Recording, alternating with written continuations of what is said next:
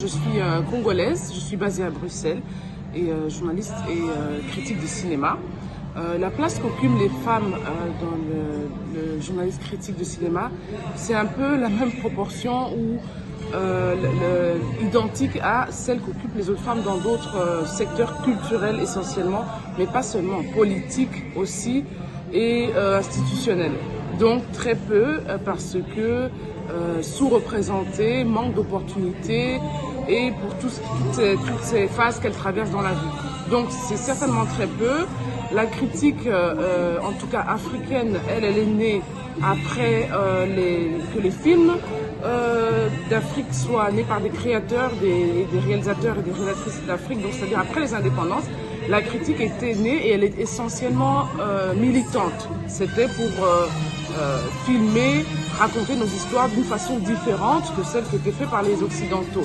Donc je pense qu'on garde la même démarche, nous, les femmes critiques de cinéma.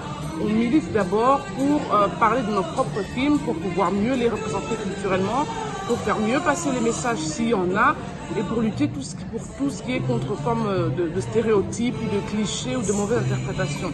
Ensuite, comme les autres secteurs, on évolue dans des sociétés patriarches, en Afrique pas seulement, en Occident aussi.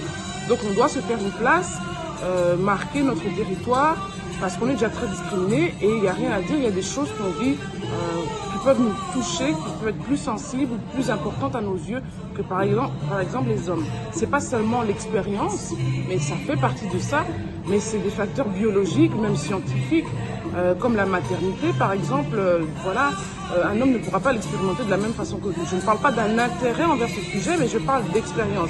C'est quelque chose que scientifiquement, il ne peut pas expérimenter. Voilà, ce qu'on a tous les mois, les règles, etc. Les hommes ne peuvent pas expérimenter l'impact que ça a sur notre corps, par exemple.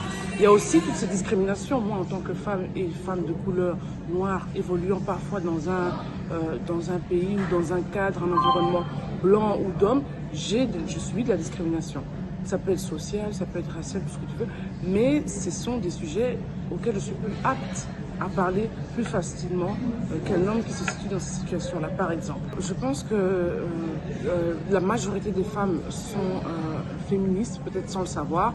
Féministes, je veux bien limiter le mot, c'est pas nécessairement toutes ces manifestations occidentales de femmes qu'on voit, c'est juste défendre la cause qui est d'abord humaniste en fait. C'est pour ça que heureusement aussi, il y a aussi des hommes qui défendent cette cause-là. La femme peut certainement, avec son approche plus expérimentée, parler tout simplement de ce qu'une femme traverse ou vit.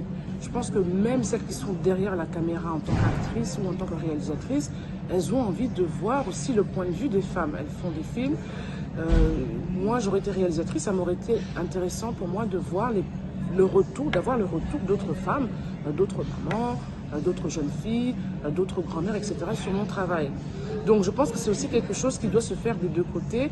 Et pour passer un peu au-dessus de ce mot discrimination positive, je pense que les femmes doivent vraiment aller soutenir les femmes en allant voir les films qui sont faits par des femmes, pas nécessairement des films de femmes comme on dit, mais des films créés par des femmes parce qu'il y a un certain point de vue qui parfois peut échapper à celui de l'homme.